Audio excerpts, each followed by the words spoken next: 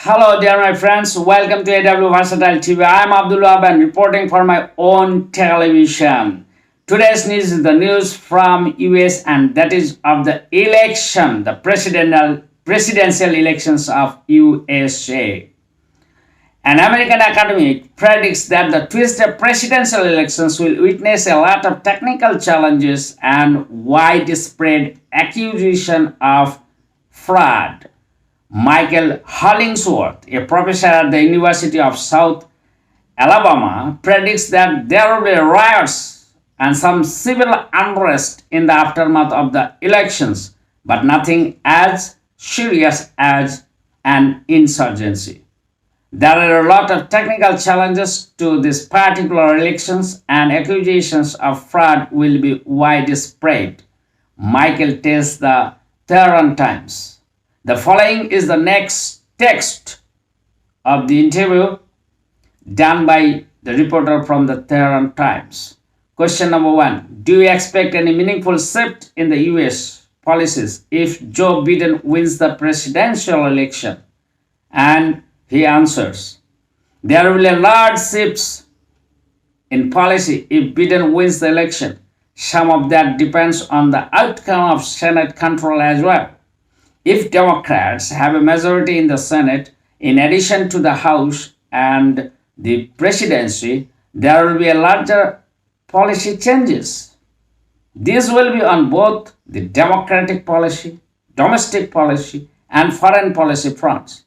He has not been particularly transparent regarding actual plans for foreign policy changes. I believe it is likely that Biden will embrace liberalism as a strategy regarding international relations. This is contrary to Trump's realist approach and is similar to what the Obama administration implemented. He was talking about Joe Biden. This will possibly bring a willingness to renegotiate a nuclear plan of actions with Iran, significantly reduce sanctions, and negotiate agreements with other countries. Whether he wins or not, the US is likely to begin withdrawing troops from Afghanistan and other parts of the world. The New York Times reporters. Question number 2. The New York Times reporters have obtained decades of tax information Trump has hidden from public view. What is your comment? And he answers, the New York Times reporters do not bother to report all of the details of Trump's tax returns. These returns are usually several thousand pages long and are not public records. No one's taxes are public record. The reporters also have a biased view of Trump, so that has to be taken into account. At this point in the election, with the polarization that is already present, I do not see the release of limited tax information as having a major impact on the election. The majority of the electorate has already made up their minds and simply uses information like the tax returns and reasons they were released to justify or cement their beliefs. Do you think that Trump's infections with COVID-19 is evidence that he has failed to control the pandemic and this would affect his re-election bid? I think it was a simple infection that will not have a drastic effect on the election's outcome. He never had severe symptoms. Some media outlets tried to discredit him because he contracted the disease, but I do not think it changed many opinions regarding his presidential candidacy.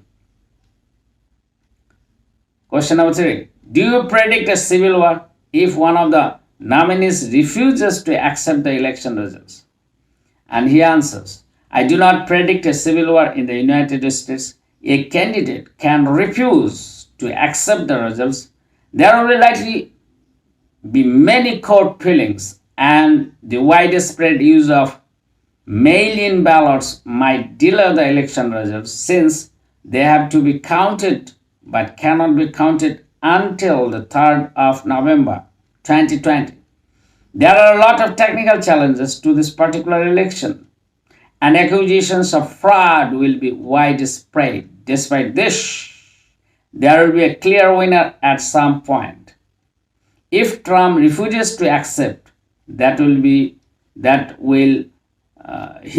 removed. However, the populations might cause some problems, but this will not rise to anywhere near the severity of a civil war. This is probably more likely if Trump wins. There will be riots and some civil unrest, but nothing as serious as an insurgency.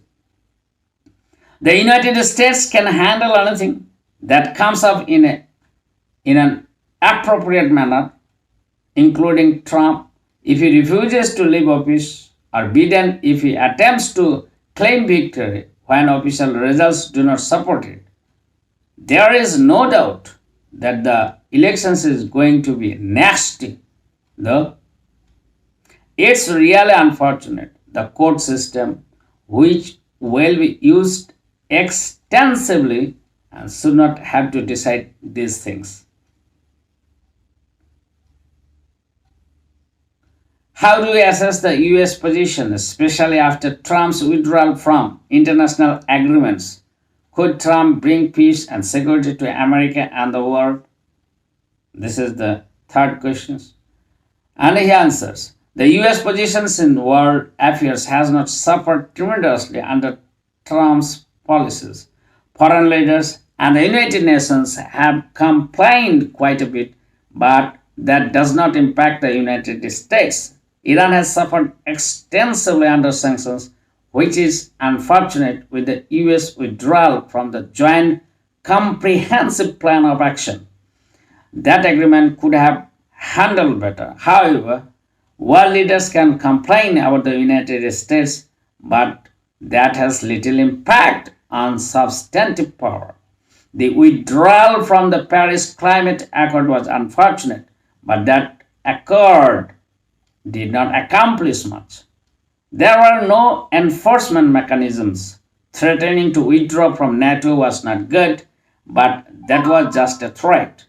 And the US isn't going to actually do that. Withdrawing from treaties with Russia did not have a great effect either, considering they already had plenty of ground-launched cruise missiles that can violate that treaty and have had them for quite some time. The issues Trump has raised with China have probably been the most prominent with the trade issues, but were not necessarily bad. It's an attempt to rein in illegal activity. Much of the United States criticism rests as much as Trump's personality as it does with any actual policy impact. There is something to be said for that, though his lack of diplomatic decorum has hurt things more than any policy shift. I do not think Trump intended to attempt to negotiate peace for the world. He worked to bring security to the United States, and for the most part, this has been the case, and progress has been made on that front regarding long-term goals. Some view his policies as more of an isolationist doctrine, but this is really pushing the term's boundaries. There have recently been several prominent peace agreements reached that were in part brokered by the United States, but given the nature of the international system, having a single national power bring peace to the world is not really a viable goal anymore. Regional stability is the best one can hope for. The next questions. Can Trump resort to Insurrection Act to send active duty troops into states to quell possible protests over the election results? And he answers, Trump can use the Insurrection Act to quell riots, but will not do so, and would not order active duty personnel to engage civilians directly. The Insurrection Act of 1807, amended in 1878, with the Pause Comitas Act, could be used to quell any type of insurrections or even large-scale riots, still, it will not be used to engage civilians with active duty military forces directly. It has been used a few times in the past, mainly with riots in Los Angeles, natural disasters, and civil rights matters during 1960s. Most of these developments are limited and normally involved National Guard troops rather than active duty personnel. In current times, they would most likely serve in a support role rather than actively engage civilians. There is a strong precedent against not using troops to deal with internal unrest unless it exceeds law enforcement's capability. America has an extremely large and capable law enforcement apparatus. The exception to this would be an actual insurrection, which would be quickly dismantled by military forces. Riots are one thing and can be handled with conventional resources. The Insurrection Act regarding the deployment of the active duty forces is meant for actual insurrections. The law enforcement